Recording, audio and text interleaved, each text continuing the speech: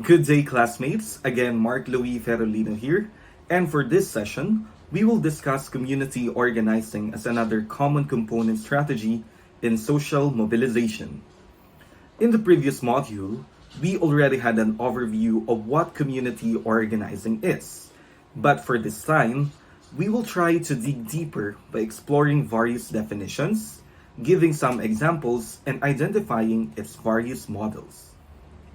Community organizing and social mobilization are closely linked concepts that work together to create social change.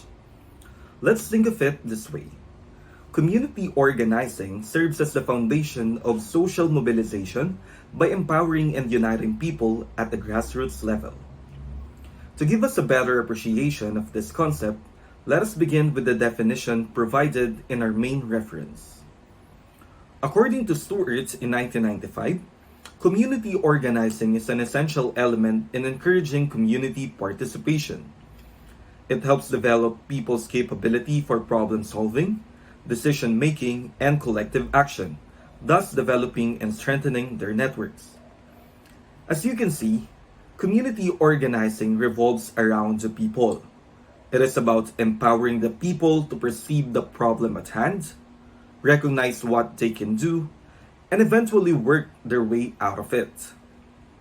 These problems or issues can be broad, like poverty or environmental degradation, or it may be specific, like lack of affordable housing or inadequate public transportation.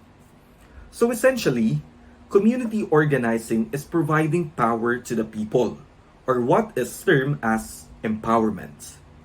And here comes the connection between community organizing and social mobilization. As Valdesanas and her co-author said in 1996, the bottom line in social mobilization is that individuals and community groups can get a sense of what they can do themselves to improve their situation. Let's take a look at the other definitions of community organizing. An earlier definition by Manalili in 1990 said that community organizing is a process that revolves around the people's lives, experiences, and aspirations. It is a process that is people-centered and geared toward the continuing capability building, self-reliance, and empowerment. Meanwhile, in 1993, the Kanay defined community organizing as the process which builds or mobilizes people and other community resources towards identifying and solving their own problems, establishing people's awareness and capacities to stage their own future. In these definitions, we have noticed some commonalities and seen the very nature of community organizing. And to put it simply, we can say that community organizing is a process where people living in a specific area or those who share a common concern come together to address their problems. The ultimate goal or objective here is to effect changes in the current situation so they can direct their own lives. In the Philippines, community organizing has a rich history. It continued to be an integral part of grassroots movements aimed at social change and empowerment. Some examples include the Kilusanang Magbubukid ng Pilipinas or the Peasant Movement of the Philippines. The KMP is the democratic mass organization of Filipino peasants, primarily struggling for land reform, social justice, and genuine social change. It has 15 regional and 63 provincial chapters with more than 2 million members throughout the country. Among the community organizing strategies of the KMP include negotiating with government officials to lobby for pro-farmer policies, and organizing protests and demonstrations to raise awareness about the challenges faced by the farmers. Another example is the Kilusang Mayo Uno or KMU, which is one of the largest and most influential labor organizations in the Philippines. It has 9 labor federations with membership widely spread across industrial, service, and agricultural sectors. The KMU aims to protect and promote the workers' right to employment, a decent wage, humane working conditions, and the right to form unions. And just like KMP, The KMU uses various tactics such as strikes, rallies, and negotiations to advance the interests of workers.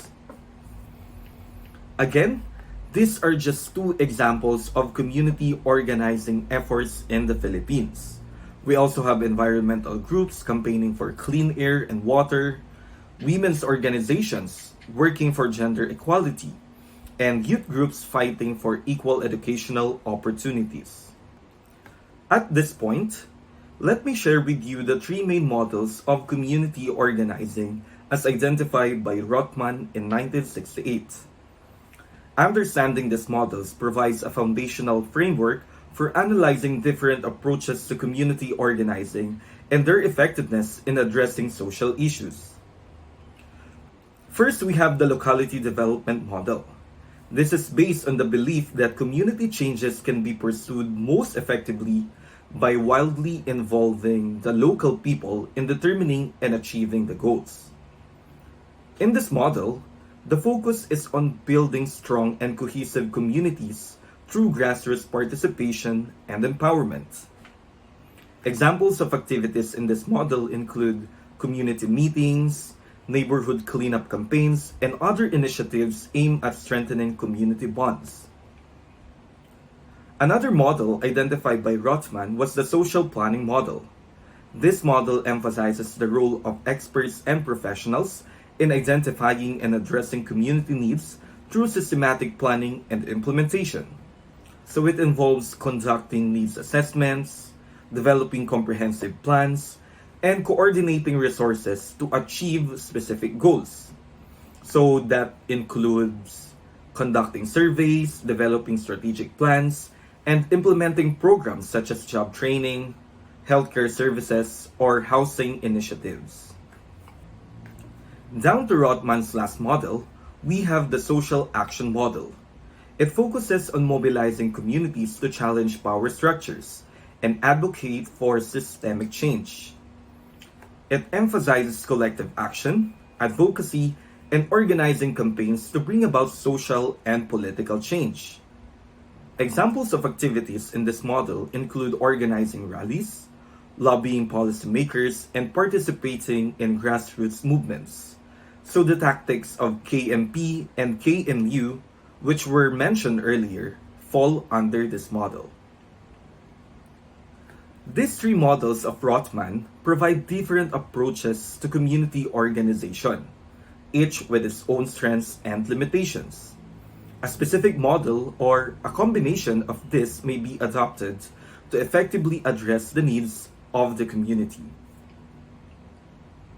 So that concludes our discussion about community organizing. And as we move forward, let us keep these key takeaways in mind.